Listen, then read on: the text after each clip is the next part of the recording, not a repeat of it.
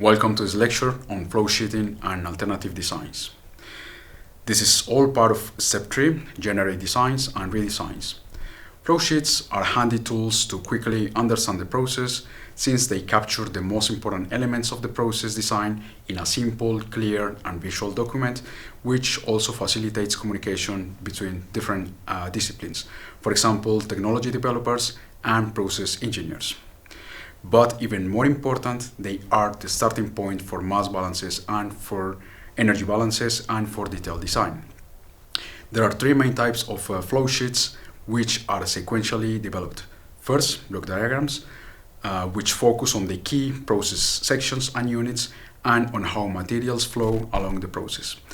PFDs, process flow diagrams, are more specific about the type of processes, and they also distinguish all process streams and major utilities requirements, mostly heat and power.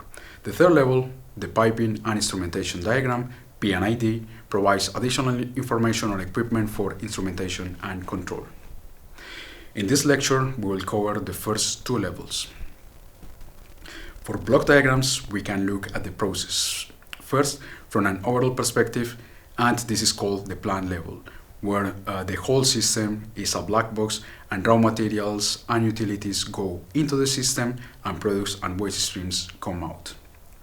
Then we can open up the black box to identify the different processing sections where significant changes occur and their interconnections through material and utilities streams. This is the function level. And finally, we can zoom in again in each section to identify the different individual processes units. This is called the equipment level.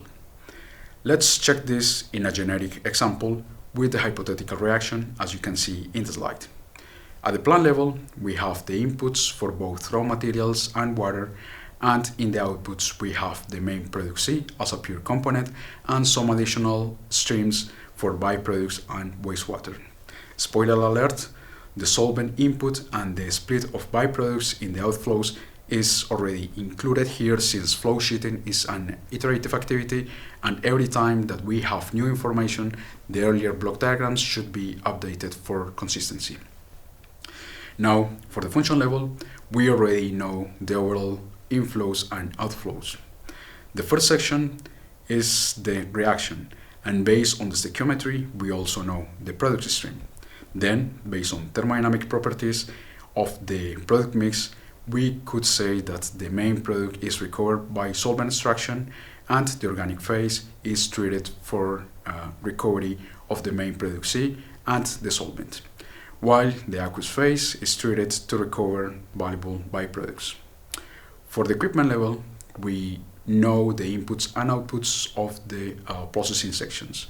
For the reaction section, only a mixer is needed prior to the reactor. For the recovery section, in addition to the liquid extraction, another mixer is needed to combine the recycled solvent with the fresh solvent. And finally, the product purification and solvent recovery section for all components are separated by boiling points, and therefore distillation is applied. Let's take a look at the PDO case. The fermentation stoichiometry is known from week 2, and let's assume that sugarcane bagasse is the feedstock instead of glucose. Then a pretreatment step is needed, which could be steam explosion followed by enzymatic hydrolysis. Then with the glucose available, the fermentation process can take place, and the expected outflows are PDO as the main product, biomass and carbon dioxide from the aerobic fermentation, and wastewater streams from the pretreatment and downstream process.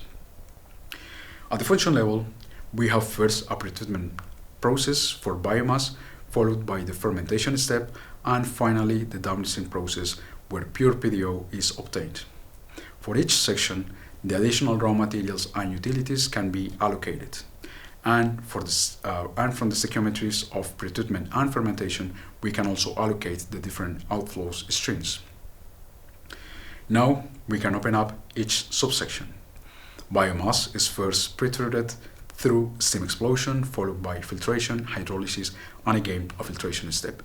Then the purified glucose is fermented, and the fermentation broth undergoes a sequence of filtration, membrane separation, ion exchange, evaporation, and distillation to finally obtain PDO, and also the different streams from the downstream process. The next level of flow sheeting is the PFD, process flow diagram, and in this case individual blocks for each process unit are replaced by symbols that represent the actual process. You can see more examples in the slide for multiple operations and processes, including reactive systems and multi-phase separation units. Let's then use those symbols in our block diagram at the equipment level by replacing the blocks with different symbols representing the individual process units. Since the symbols are not standardized, you can make your own choices, but they should be consistent and visually informative through the PFD.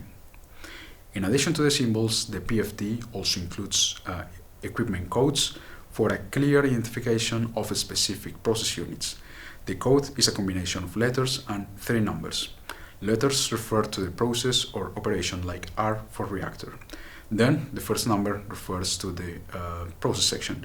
In this case, pretreatment is 1, fermentation is 2, and downstream process is 3.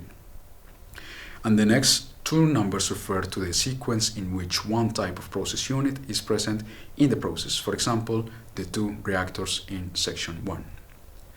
The PFD also includes the stream codes.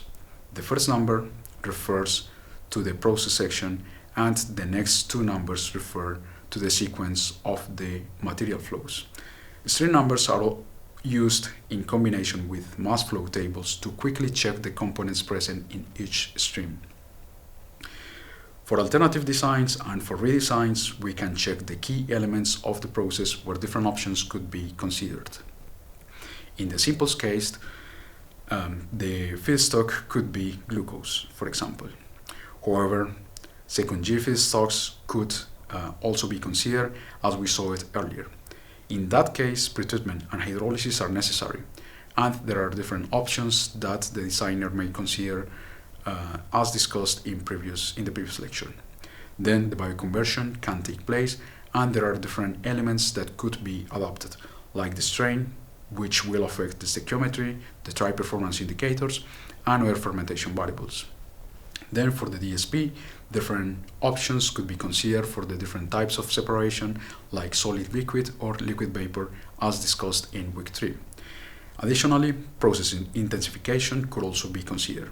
Finally, recirculation and mass and heat integration are also valuable options that can help to improve the process performance in general. And in this way, we can have alternative conceptual process designs or redesigns to then continue with the technical feasibility analysis. Thank you for your attention, and see you in the next lecture.